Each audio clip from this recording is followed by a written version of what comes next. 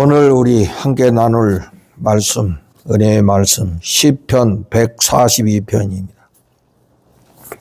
한 절씩 읽겠습니다.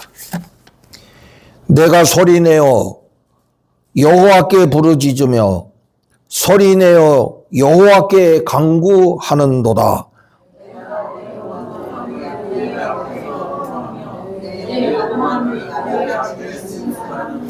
내 영이 내 속에서 상할 때에도 주께서 내 길을 아셨나이다.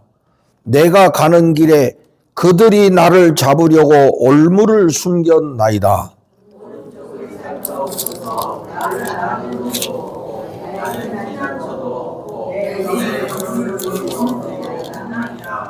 여호와여, 내가 주께 부르짖어 말하기를 주는 나의 피난처시요 살아있는 사람들의 땅에서 나의 분기시시라 하였나이다.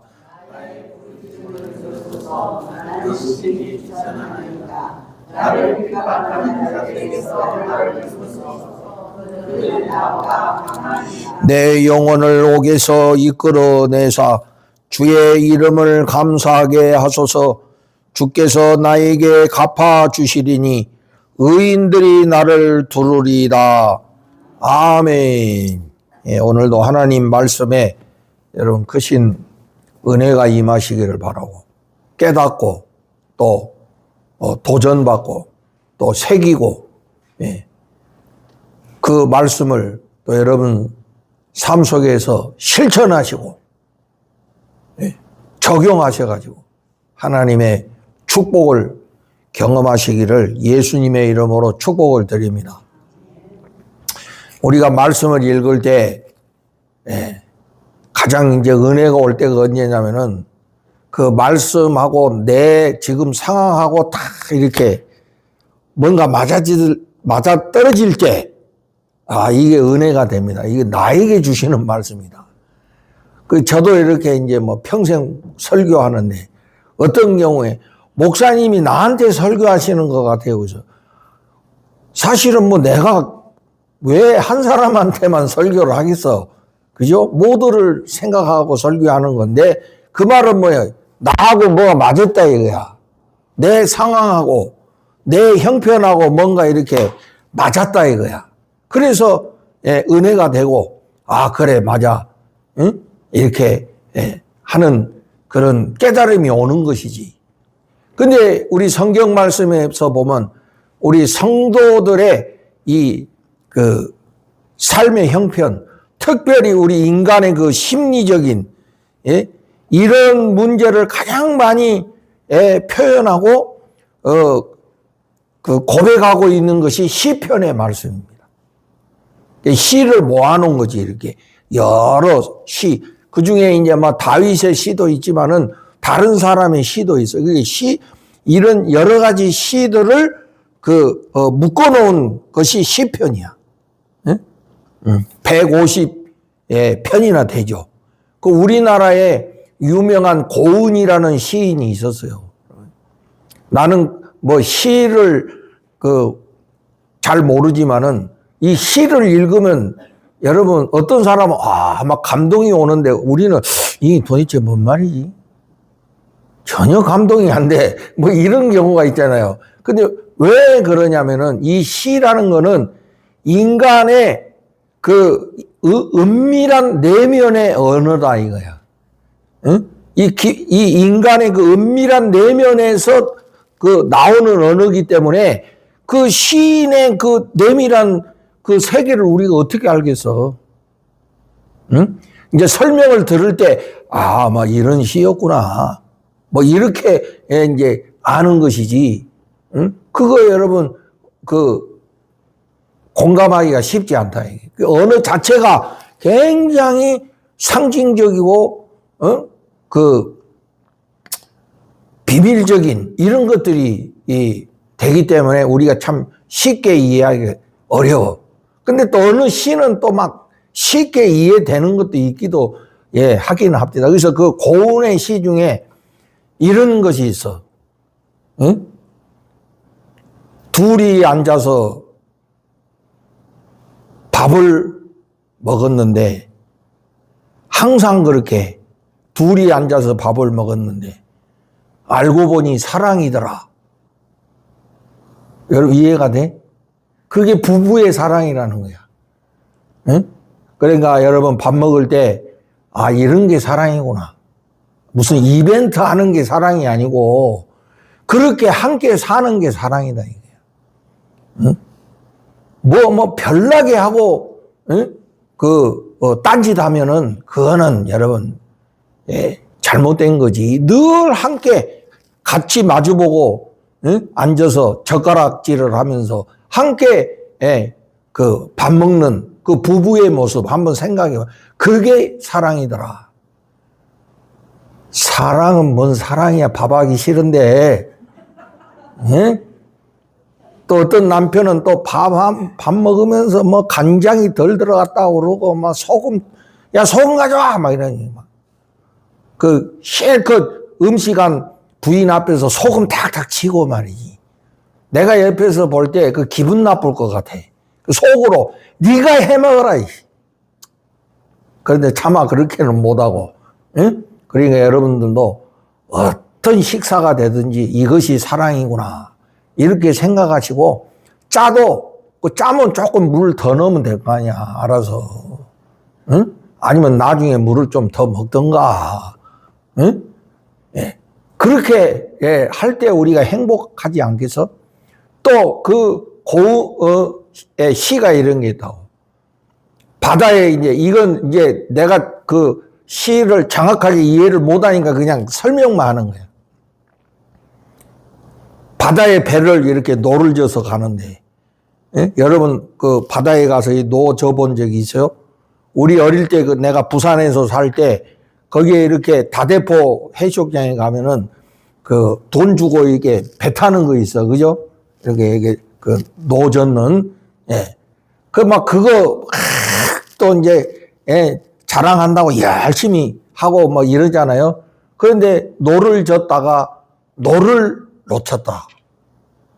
그런데 그때서 바다 전체가 보이더라 이거야. 응? 나는 거기에 좀 굉장히 도전이 됐어.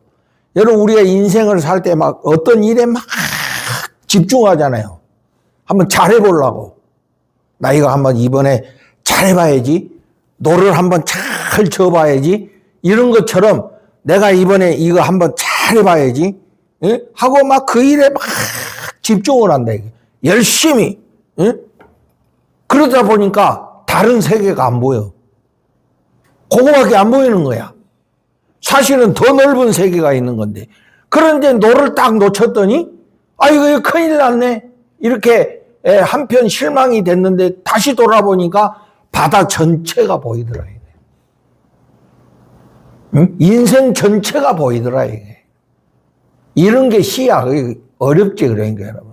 그 이해하기가 참 어렵지만 우리가 이 시편도 요새 시편의 말씀을 자주 읽는데 제가 수요일마다 시편도 여러분 설교도 하고 또 요새는 우리 말씀 묵상에도 시편의 말씀이 계속이 되고 또 우리 시편 교독에서 또 시편의 말씀을 많이 읽고 이러다 보면 이게 뭔가 이게 감정적인 게 우리하고 통하는 게 있어요, 이게.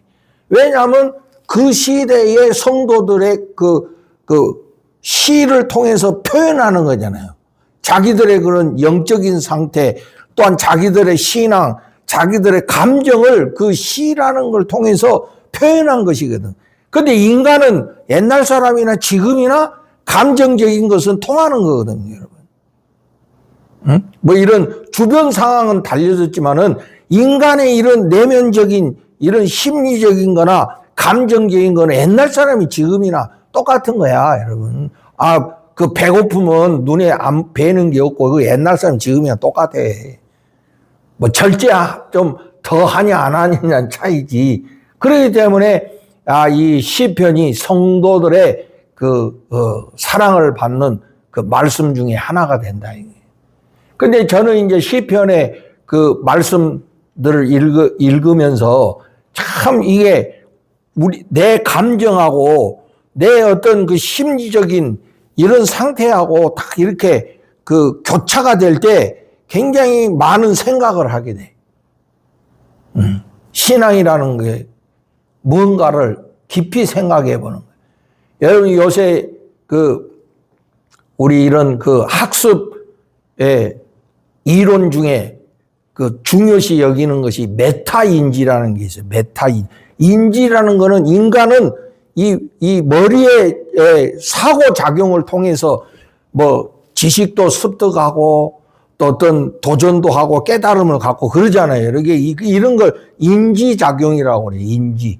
우리가 생각하고 기억하고 하는 이런 것들이 인지작용이야. 그래서 이게 잘못되면 여러분 치매가 오면 이거 참 기억이 단절이 된다든지 기억이 감소가 된다든지 이러면 참 어려운 상황이 되잖아. 이게 인지작용이거든.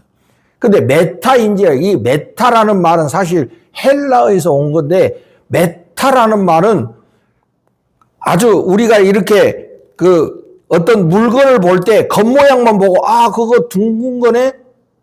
그거 사각형이네? 이거는 그냥 현상만 보는 거야. 응? 그런데 그 현상을 넘어서서 그러면 저거 누가 만들었지? 그 사람이 무슨 생각하고 그거 만들었어? 하고 깊이 돌아보는 것이 메타라는 거예요. 여러분. 그래서 메타인지라는 건 뭐냐면은 자기 자신을 깊이 들여다본다는 거예요. 여러분.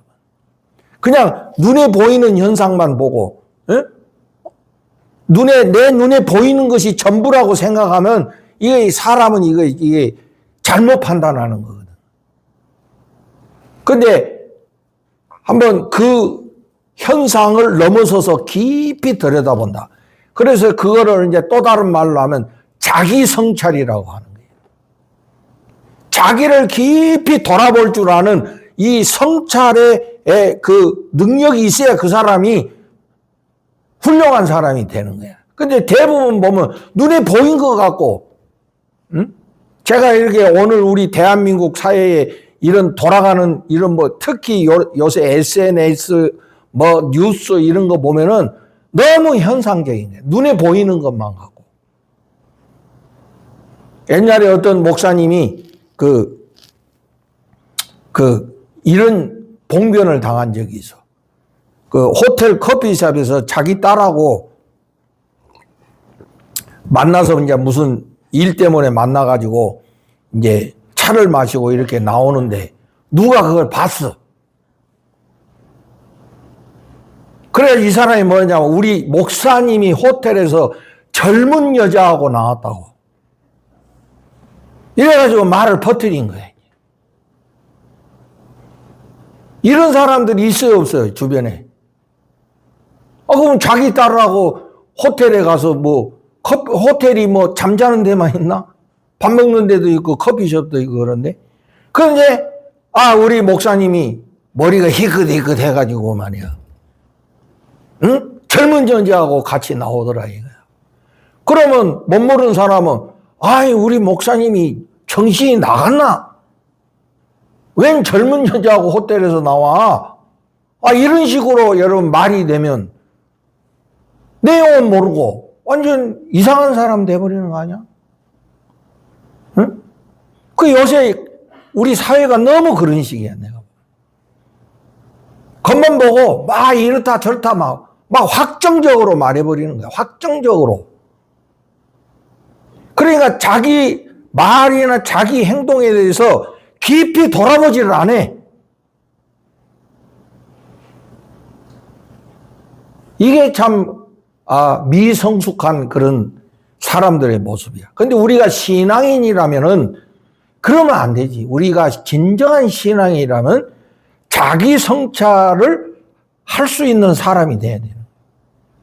우리는 특히 말씀의 신앙으로 사는 사람들인가 그냥 자기를 돌아보는 게 아니라 말씀을 통해서 자기를 깊이 성찰해보는 그게 여러분 말씀 묵상의 깊은 의미야. 그게 묵상이라는 건 뭐냐면은 단지 성경을 글로 읽고 지식을 깨닫는 것이 묵상이 아니고 묵상이라는 거는 아까 이야기한 메타인지적인 그런 작용을 하는 거예요.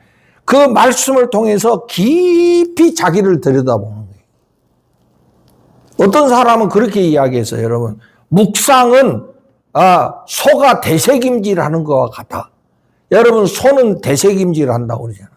일단 먹고 그걸 다시 이제 끄집어내가지고 다시 씹는다고 그러잖아.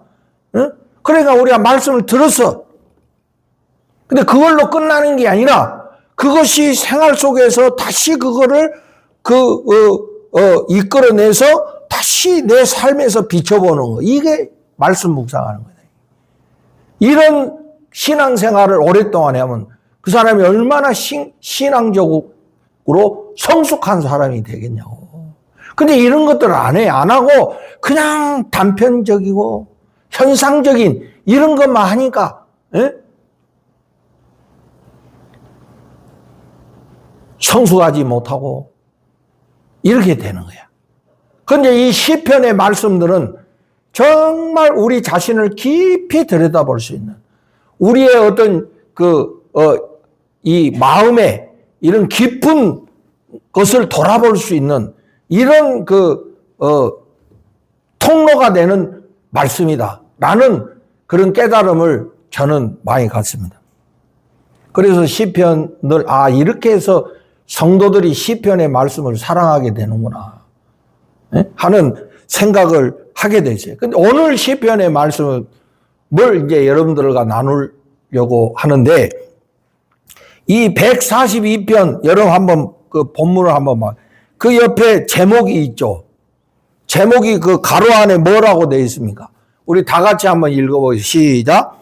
다윗이 굴에 있을 때에 지은 마스길 곧 기도 이렇게 되어 있습니다. 여기서 보면 마스길이 뭐야? 그러면 그 마스길이라는 거는 여기 주가 붙었잖아. 3 밑으로 가봐 뭐라고 3이 뭐라고 되어 있어요? 교훈이라고. 이건 히브리어로 교훈적인 시편이다 이런 뜻이지. 그런데 다윗이 굴에 있을 때 그 다윗이 굴을 왜 들어갔대? 너구리 잡으러? 응? 그 배경이 뭐지? 이런 생각이 돼. 우리가 사무엘상 22장 23장에 가면 그 다윗이 왜 그 굴에 들어갔는지, 다윗이 2번 굴에 들어갔는데 한 번은 아둘람 굴에 들어간 적이 있고 한 번은 엥게디 굴에 들어간 적이 있어. 왜 그러냐면은 다윗이 사울에게 쫓김을 당했어. 그 쫓김을 당한 이유가 뭐냐면 말이죠. 이 요새의 말로 하면은 이 사울 왕이 이 다윗을 자기의 그 라이벌로 생각한 거야. 응? 그래서 이 사울이 늘 다윗이 신경 써요. 응? 저놈 때문에 내 그 권력이 조금 불안해. 저놈만 없으면 내 권력이 안정될 것 같은데, 이 다윗이 때문에 이게 늘 신경 쓰이고 말이지, 혹시 나한테 도전이 되지 않을까. 늘 그렇게 생각. 그래서 그게 이제 나중에는 불안 심리가 돼가지고, 밤에 잠도 못 자고, 다윗만 생각하면 막, 잠이 싹 달아나고, 그 정도가 됐다, 이거야. 근데 왜 그러냐면은, 이게 여러분, 이게, 여론 때문에 그래. 그 시대의 여론이 뭐냐면, 다윗이 여러분, 블레셋 골리앗을 물리쳤잖아요. 이 골리앗이 막 구척 장수라는데, 이 골리앗이 막 그 전쟁터에 나와가지고, 막 그냥 목소리를 크게 하면서, 야, 이 바보 같은 놈들아, 이 이스라엘 그 군인들을 향해서, 너희들 자신 있으면 한번 나와봐! 나하고 1대1로 붙어! 막 이러면서, 떵떵거리면서 막 위협적으로 하는데, 거기에 이 이스라엘 군대가 다 쫄아가지고, 다 숨어가지고 나오지도 않는 거야. 응? 이 골리앗이 막, 이런 구척 장수가 말이지, 창을 들고 칼 들고 나와가지고, 막 그 이스라엘 군인들을 조롱하면서, 니들 자신 있으면 한 명 나와! 나하고 1대1로 붙어! 막 이런 식으로 나오니까, 전부 겁을 먹고 다 숨어가지고 나타나지를 않는 거예요. 완전 이제 이스라엘 군대가 위기에 몰렸는데, 이때 다윗이 내가 한번 해보겠습니다. 그러니까, 그 어린애가 아직 군인도 아닌데, 응? 하나님이 나와 함께 하시기 때문에 한번 해보겠습니다. 하고 막 너무 그 의지가 강하니까, 그러면 믿져야 번제니까, 그러면 네가 한번 해봐. 이렇게 된 거예요. 그래가지고 처음에는 다윗한테 이 어른들 갑옷을 입혔더니 이게 막 갑옷이 너무 커가지고 도저히 안 해. 나 갑옷 안 입고 그냥 나가겠다. 그래가지고 이 다윗이 나가가지고 말이지, 골리앗 앞에 서가지고 하나님이 나와 함께 하신다는 이런 믿음으로 담대히 맞서가지고, 이 다윗이 물맷돌로 그 골리앗의 그 이마에 급소를, 쳐가지고 무너뜨려 버렸잖아. 근데 왜 이 다윗이 그랬냐면, 다윗이 이게 양치기 소년이잖아요. 양을 치는데 밤에 이 야수들이 등장을 해. 이 양을 훔치려고. 무서운 짐승들이 나타나고 이러면 그 양치기가 자기 양들 지키려면 그 물리쳐야 되죠. 그 직접 싸울 수가 없잖아요. 그래서 이 다윗의 그 무기가 뭐냐면 그 물맷돌 이 끈에 매달아 가지고 이걸 이렇게 돌려 가지고 정확하게 던져 가지고 그 급소를 맞춰 가지고 그 야수들을 물리쳤거든. 아주 이게 선수야. 이게 하도 그 양치기 하면서 하도 그 연습을 많이 해 가지고, 그러니까 다윗은 골리앗을 그냥 곰 정도로 생각한 거야. 니까지 내 이 물맷돌 기술로 얼마든지 할 수 있어. 이런 자신감이 있었던 거지. 거기다가 하나님이 함께 하신다는 이런 믿음이 있었으니까. 그래가지고 이 다윗이 나가가지고 그 골리앗을 구척 장수를 한 방에 날려버렸다 이거야. 그래가지고 이스라엘이 군대가 이제 막 승리의 기운을 잡은 거지. 이제 그 일이 있고 난 뒤에 백성들 사이에서 여론이 뭡니까? 사울은 천천히요, 다윗은 만만이다. 이 말이 뭐야? 사울은 기껏 해봐야 1000명 정도 물리칠 수 있다면은 다윗은 10,000명을 대할 수 있다. 이런 식으로 막 백성들 사이에서 다윗에 대한 칭송이 막 불릴 듯 일어나니까 이 사울이 위기감을 느끼는 거예요. 응? 혹시라도 저놈이 나 쫓아내고 지가 왕이 되는 거 아니요? 막 이런 불안감이. 그래가지고 이제 다윗을 미워하기 시작을 한 거예요. 방법은 한 가지. 권력은 나눠 가질 수 없으니까 저놈을 죽이는 수밖에 없다. 그러니까 다윗이 기름 부어 세우신 왕인데 아무리 못났어도 하나님이 기름 부어 세우신 왕인데 내가 어떻게 직접적으로 대항할 수 있느냐. 그래서 방법이 뭐냐? 도망다닌 거야. 다윗이 도망다닌 거야. 그냥 사막에 도망다니면서 피할 데가 없으니까 굴에 들어가서 숨어있고 이랬다는 거거든. 응? 그 굴에 있을 때 쓴 시라는 거예요. 그런 그 상황 속에서 다윗이 느꼈던 감정이 뭐냐면은, 여러분 4절 한번 봐봐요. 4절.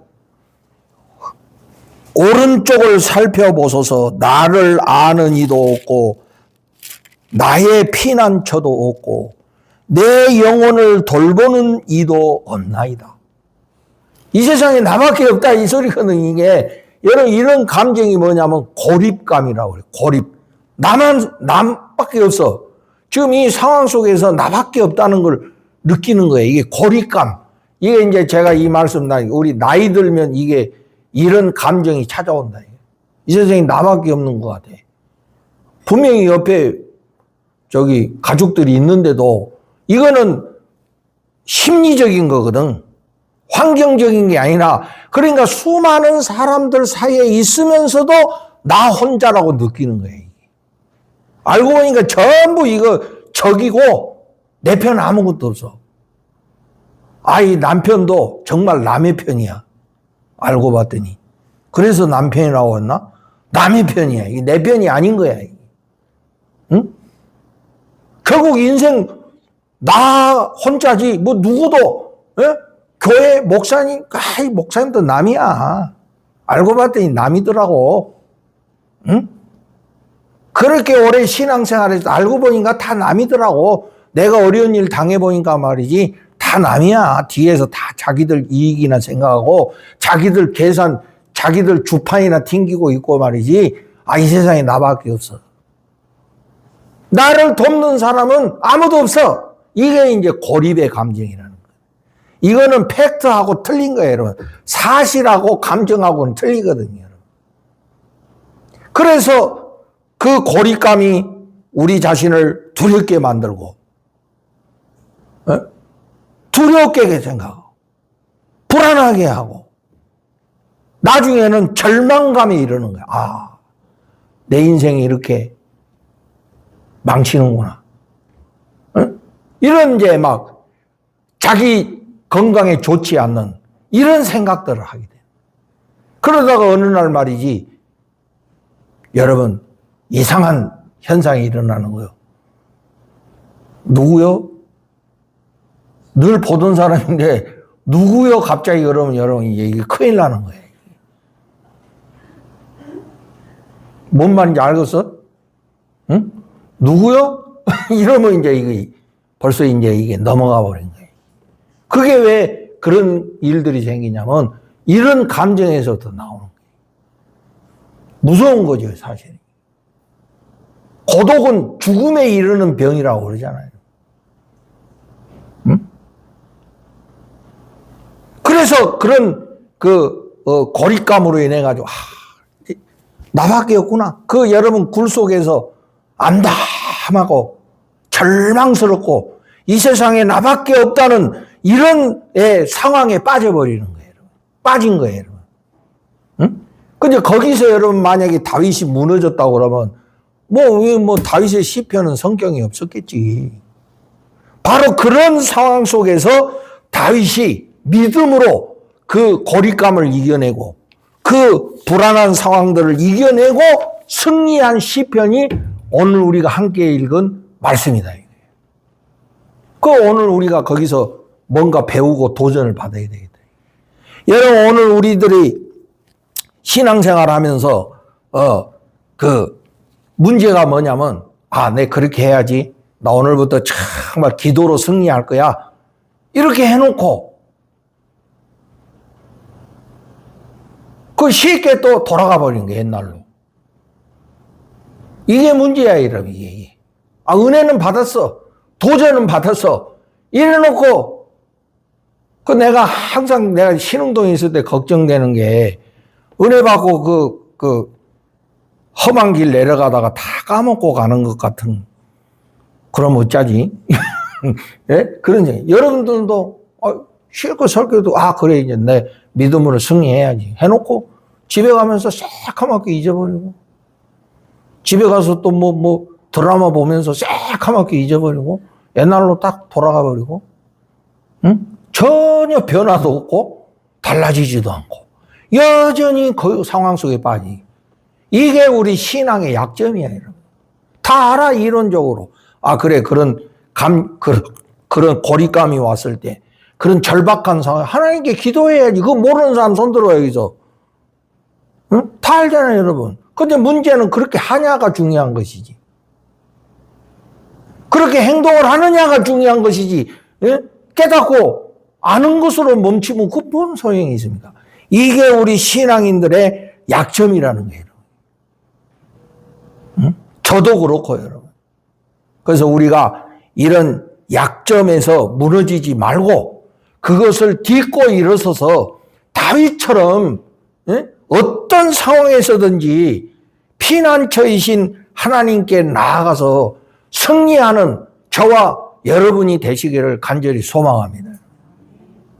승리해야 될 거 아니야, 우리가 믿음으로. 맨날 다람쥐 채받고 돌듯이 맨날 그 자리에 서 있고 그냥 말로는 그냥 이미 천국 몇 번 갔다 왔어, 말로는. 근데 실생활에서는 아무런 영적인 효능감이 없는 거야. 응? 그러면 우리가 어떻게 해야만이 그런 약점들을 극복하고 좀 더 신앙의 발전을 이룰 수 있겠느냐, 이런 생각을 해야 되잖아요. 그냥 그대로 가는 것이 아니라. 여러분 4절 봅시다. 4절.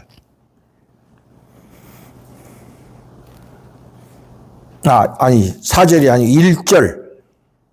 여러분 한번 따라서 해봐요. 내가 소리내어 여호와께 부르짖으며. 그러니까 우리가 부르짖는 기도를 해야 돼. 부르짖는다는 거는 뭐 악을 쓴다 이게 아니라, 부르짖는다는 거는 무슨 말이냐면은 하나님께 전적으로 매어 달리는 기도다 이거야. 내가 차라리 그런 홀로 고립감 때문에 내 인생이 망치느니 차라리 내가 하나님 의해서 내가 죽는 사람이 되겠다. 죽어도 나는 하나님 앞에서 죽을 거야. 이런 간절한 마음으로 해라 이거야, 여러분. 응? 이거는 전혀 간절함도 없고, 응? 옛날에 여러분 우리 가난하고 힘들 때 얼마나 간절하게 기도했냐. 그때는 밤 새면서 기도하지 않았어요? 다 새벽 기도 나와서 기도하지 않았어요? 근데 점점 그거 없어졌잖아요. 지금 뭐 심약, 철야기도 없어진 적은 벌써고, 여러분도 뭐 새벽 기도 안 하시잖아. 뭐 집에서 하시는지는 내가 모르겠지. 하면 그 찍어가지고 인증샷을 한번 보내봐. 아이, 뭐 꼭 그렇게만 해야 되나. 나 평소에 기도해요. 근데 솔직하게 우리 이야기해 봅시다. 평소에도 그렇게 간절하게 합니까? 응? 그렇게 안 하잖아. 간절하지가 않잖아요. 왜냐하면 옛날만큼 힘들지 않거든. 옛날 보릿고기 시절 생각해봐. 그 힘들고 어렵고 전전긍긍할 때를 생각해봐라. 그 이제는 뭐 어느 정도 모든 것들이 갖춰져 있고 별 걱정 안 해도 되고, 25일 되면 국민연금도 뿅 하고 들어오고, 그것도 안 한 사람도 있더라고. 또 그래서 옛날보다 상황이 많이 좋아졌거든. 그러니까 간절함이 없어지는 거예요. 여러분 삶의 행복이 환경에 있지 않고 내 마음에 있다는 거 깨달으시고, 정말로 우리 하나님을 믿는다면 여러분 간절한 믿음을 회복하시기를 바랍니다.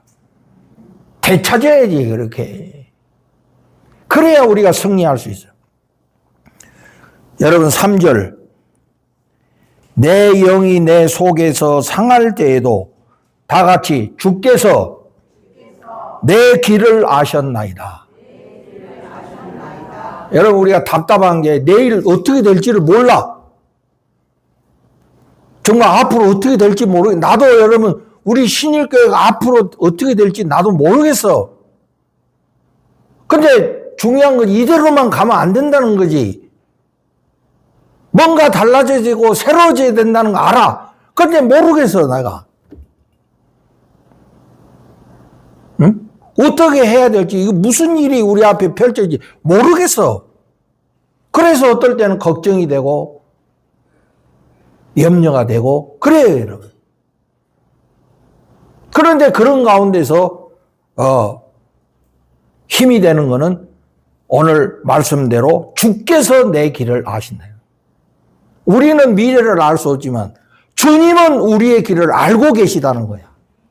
그러니까 우리는 불확실하지만 하나님은 확실하시기 때문에 우리가 그런 불확실한 상황에서도 하나님을 믿고 가야 된다는 거지. 정말 그게 믿음이 필요한 거예요. 들에 핀 백합화를 보라. 공중에 나는 새를 보라.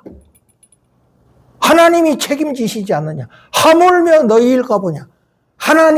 하나님께서 하나님의 아들, 딸들을 모른 채 하시겠느냐. 여러분 정말 믿으시기를 주의 이름으로 축복합니다. 답답할 때 주께서 내 길을 아신다.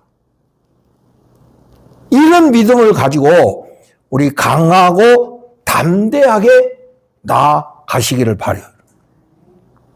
5절 따라서 합시다. 주는 나의 피난처시오.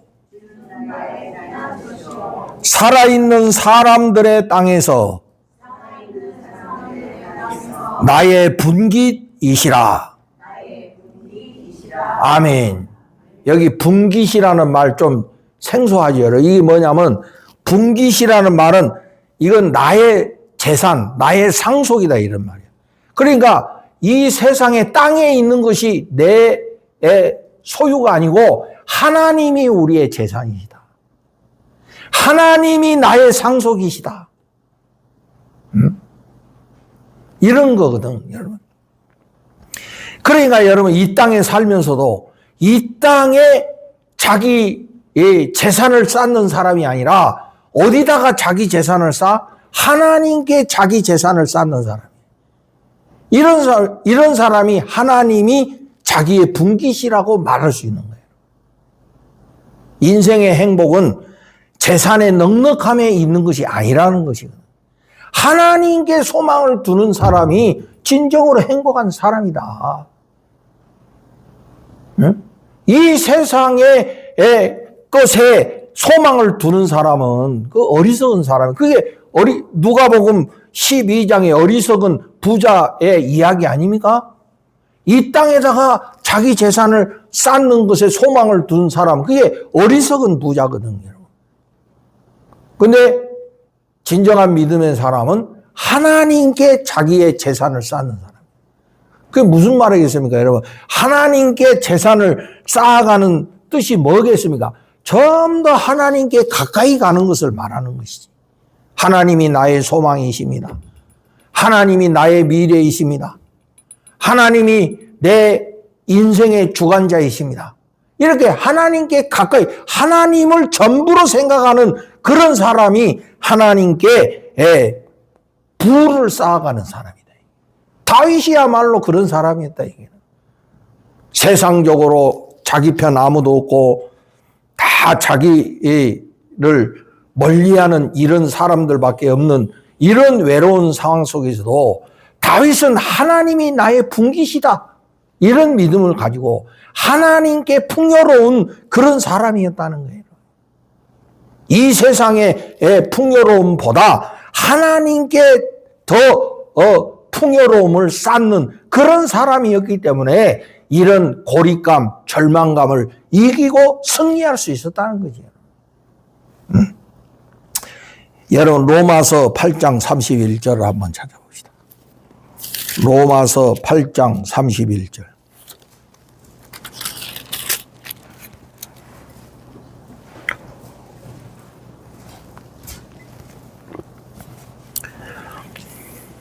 (8장 31절) 우리 다 같이 한번 읽어보겠습니다. 시작. 그런즉 이 일에 대하여 우리가 무슨 말 하리요? 만일 하나님이 우리를 위하시면 누가 우리를 대적하리요? 아멘. 이런 자신감으로 우리가 살아야 된다 이 말이에요. 하나 더 우리 시편, 다시 시편으로 돌아가서 시편 118편 6절.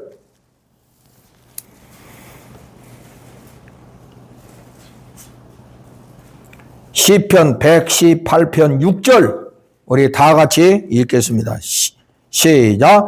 여호와께서 내 편이 되사 나를 돕는 자들 중에 계시니 그러므로 나를 미워하는 자들에게 보응하시는 것을 내가 보리로다. 아멘. 여호와께서 내 편이 되신다. 응? 하는 일은 믿음의 승리자가 돼야 된다 이 말이에요. 여러분 사실 보면 우리가 두려움에 빠지고 불안에 빠지는 이유는 환경 때문 것도 약간은 있겠지만은 그것보다 더 근본적인 거는 우리 마음이 비어서 그래. 마음이 허약해서 그렇다고.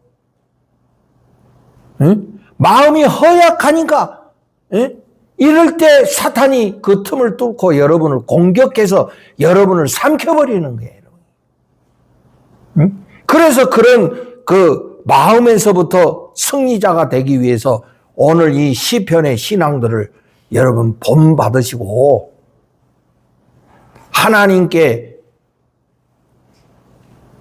더욱더 가까이 가고 하나님이 우리 편이 되시고 우리의 피난처가 되어주시고 우리와 늘 함께 하시는 그런 하나님이신 것을 확신하시고 늘 하나님과 동행함으로 믿음의 승리자들이 여러분 되시기를 바라요. 그래서 바울의 고백처럼 뭐 우리 인생이 그 시간이 흘러가는 것은 막을 수가 없어. 60이 되면 60km로 가고 70대가 되면은 70km로 가고 80대가 되면 80km로 간대. 그럼 90은 90km. 100세 되면 100km로 가는 거야, 이게 막. 응? 아, 시간은 똑같을 텐데 왜 이렇게 빨리 가는 거야, 이게. 응? 이런 느낌을 우리가 갖는 거야. 이거 뭐 어쩔 수가 없어. 그리고 언젠가는 여러분 우리가 마지막을 점을 찍을 거다 이거예요. 그건 누구도 예외이지 못하고 누구도 바꿀 수 없는 우리 인생의 미래야.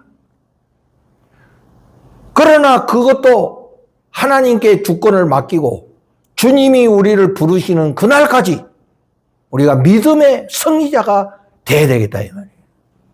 영적으로나 육적으로나 강건해서 믿음의 승리자로 우리가 살다가 하나님 부르실 때 영광스럽게 주님 앞에 갈 수 있는 우리 모두가 돼야 되지 않겠습니까? 그래서 믿음의 승리자들이 되셔야 돼요. 자꾸 밑으로 내려가시면 안 된다 이게. 응? 믿음으로 하나님을 향해서 올라가는 우리들이 돼야 되겠습니다. 그래서 하루하루 믿음으로 살고 믿음으로 승리하는 우리 사랑하는 신일교회 모든 성도님들 다 되시기를 예수님의 이름으로 축복을 드립니다. 하나님 감사합니다. 오늘 다윗이 고립과 절박함 속에서 하나님께 대한 믿음으로 하나님께 나아감으로 이기고 승리했던 신앙의 모습들을 우리 오늘 보면서 우리도 그런 신앙을 본받게 하시고 우리도 그런 신앙을 갖게 하시옵소서. 하나님께 부르짖고 또 하나님이 우리의 길을 아시고 또 하나님이 우리의 모든 것 되시는 그런 믿음과 소망으로 우리 살게 하시고 믿음으로 승리하고 갈수록 더 새로운 믿음으로 성장해 가는 우리 모두 되게 하여 주시옵소서. 예수님의 이름으로 기도드리옵나이다. 아멘.